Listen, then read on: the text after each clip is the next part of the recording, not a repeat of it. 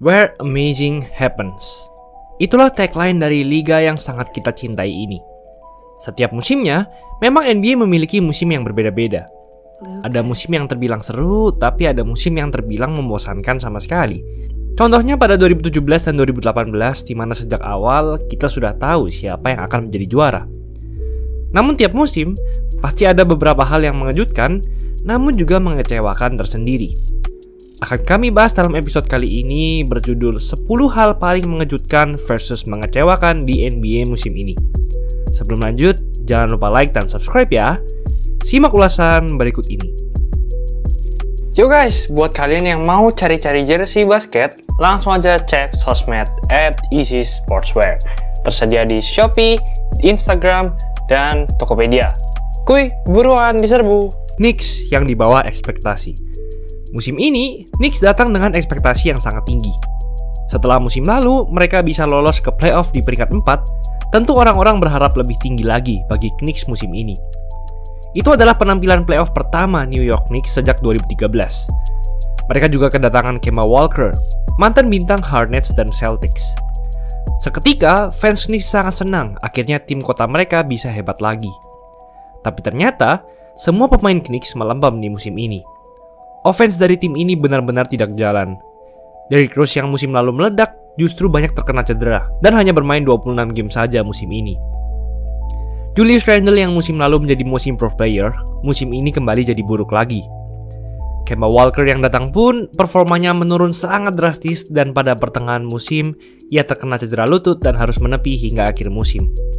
Alhasil mereka hanya finish di peringkat 11 wilayah timur dan lagi-lagi tidak masuk playoff. Meledaknya Ja Morant. Sebenarnya, Ja Morant bukanlah pemain yang buruk di musim sebelumnya. Ia sudah menjadi pencetak poin serta tumpuan offense Grizzlies utama sejak musim lalu. Namun musim ini, ia memang membawa level permainannya ke level superstar. Musim lalu, ia mencatatkan 19,1 poin per game. Musim ini, ia mencatatkan 27,4 poin per game, namun juga dengan field goal dan persentase tembakan 3 angka yang meningkat drastis. Selain dinobatkan sebagai Most Improved Player musim ini, ia membawa Grizzlies finish di peringkat 2 musim ini, jauh meningkat dari musim lalu di peringkat 8. Ia juga membawa Grizzlies melaju ke ronde 2 playoff. Sayangnya, ia harus cedera pada beberapa game terakhir, dan akhirnya dieliminasi. Kalau saja ia tidak cedera, mungkin saja Warriors akan kesulitan dan tidak melaju ke final musim ini.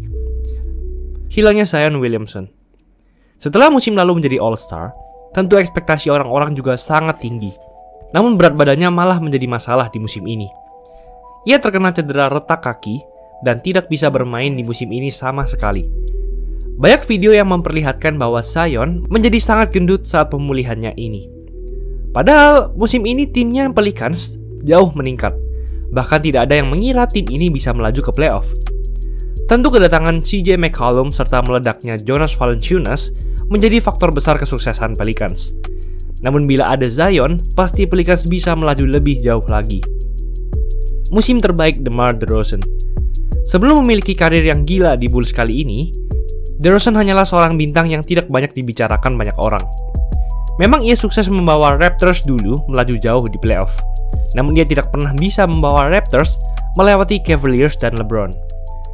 Ketika 2018 ia di-trade ke Spurs, Raptors malah langsung menang juara. Banyak orang pun berpikir bahwa DeRozan adalah titik masalah dari Raptors. Dan di Spurs pun ia tertutup dengan LaMarcus Aldridge. Lalu pada 2020 dan 2021, ia tak berhasil membawa Spurs melaju ke playoff, memutus prestasi Spurs 22 musim beruntun melaju ke playoff.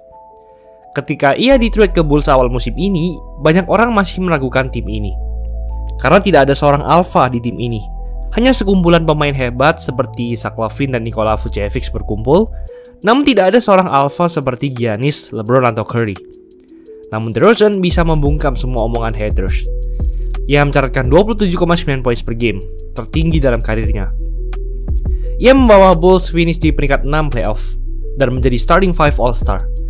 Kalau saja Zach LaVine, Caruso, dan Lonzo Ball tidak banyak cedera, peringkat Bulls pasti lebih tinggi lagi dari itu. Hanya satu MVP. Ya, memang dari dulu hanya boleh memilih satu MVP saja di setiap musim. Tapi yang sangat disayangkan adalah 3 pemain yang masuk nominasi MVP musim ini, yaitu Giannis, Jokic, dan Embiid, sebenarnya layak dijadikan MVP semua. Dalam 46 tahun terakhir, tidak ada pemain yang mencatatkan rataan lebih dari 30 poin per game, 11 rebounds per game, dan 4 assist per game sekaligus semusim. Namun Embiid dan Giannis sama-sama melakukannya di musim ini. Giannis dan Jokic memecahkan rekor efisiensi bermain terbaik dalam sejarah di musim ini. Tanpa Ben Simmons, Embiid masih saja bisa membawa Sixers melaju ke peringkat 4 di playoff. Embiid 38 kali mencatatkan 30 poin lebih musim ini. Jokic 19 kali mencatatkan triple-double musim ini. Namun di akhir, karena hanya ada satu saja pemain yang terpilih menjadi MVP, akhirnya Jokic memenangkannya. Harden-Simmons trade.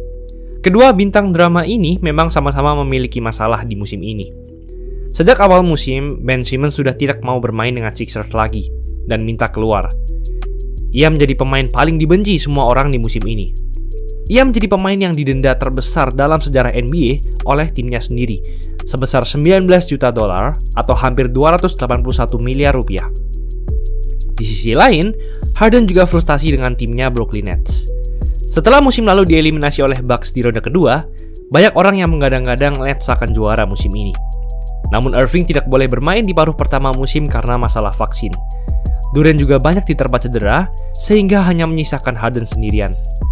Tak suka dengan hal ini, lagi-lagi Harden minta keluar setelah hanya 1,5 musim saja di Nets.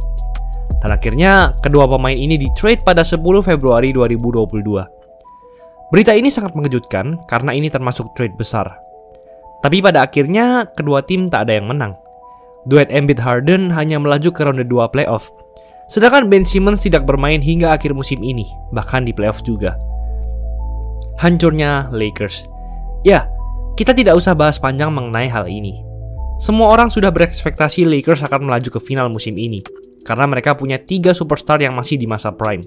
Bahkan 4 pemain yang masuk ke jajaran 75 pemain terbaik dalam sejarah NBA. Mereka juga dipenuhi shooter-shooter handal dari bangku cadangan. Namun justru semua pemain termasuk pelatih Lakers melempem. Frank Vogel tidak bisa menemukan rotasi yang baik bagi Lakers dan akhirnya dipecat. Semua cadangan Lakers melempem. Hanya Carmelo, Howard, dan Malik Monk saja yang lumayan.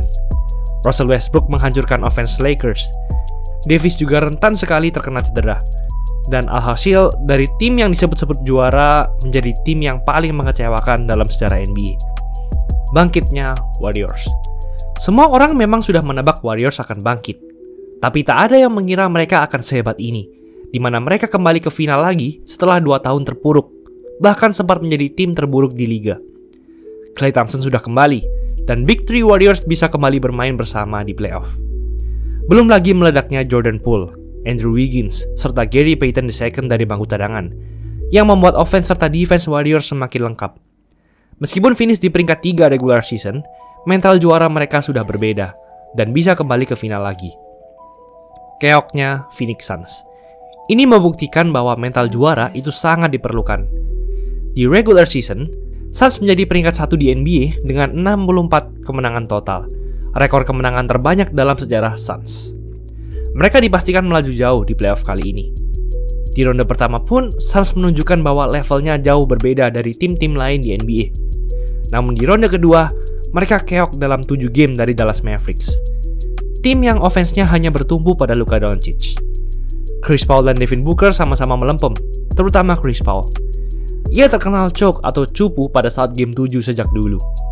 Devin Booker yang sempat men-trash talk Doncic pun akhirnya terkena bumerang sendiri. Boston Celtics yang aneh. Aneh di sini tentu dalam artian baik. Tidak ada yang memprediksi Celtics akan melaju ke final. Tentu karena roster mereka yang tidak banyak berubah. Bahkan mereka membuang Kemba Walker di awal musim dan mendapat kembali Al Horford. Mereka juga hanya finish di peringkat 7 musim lalu.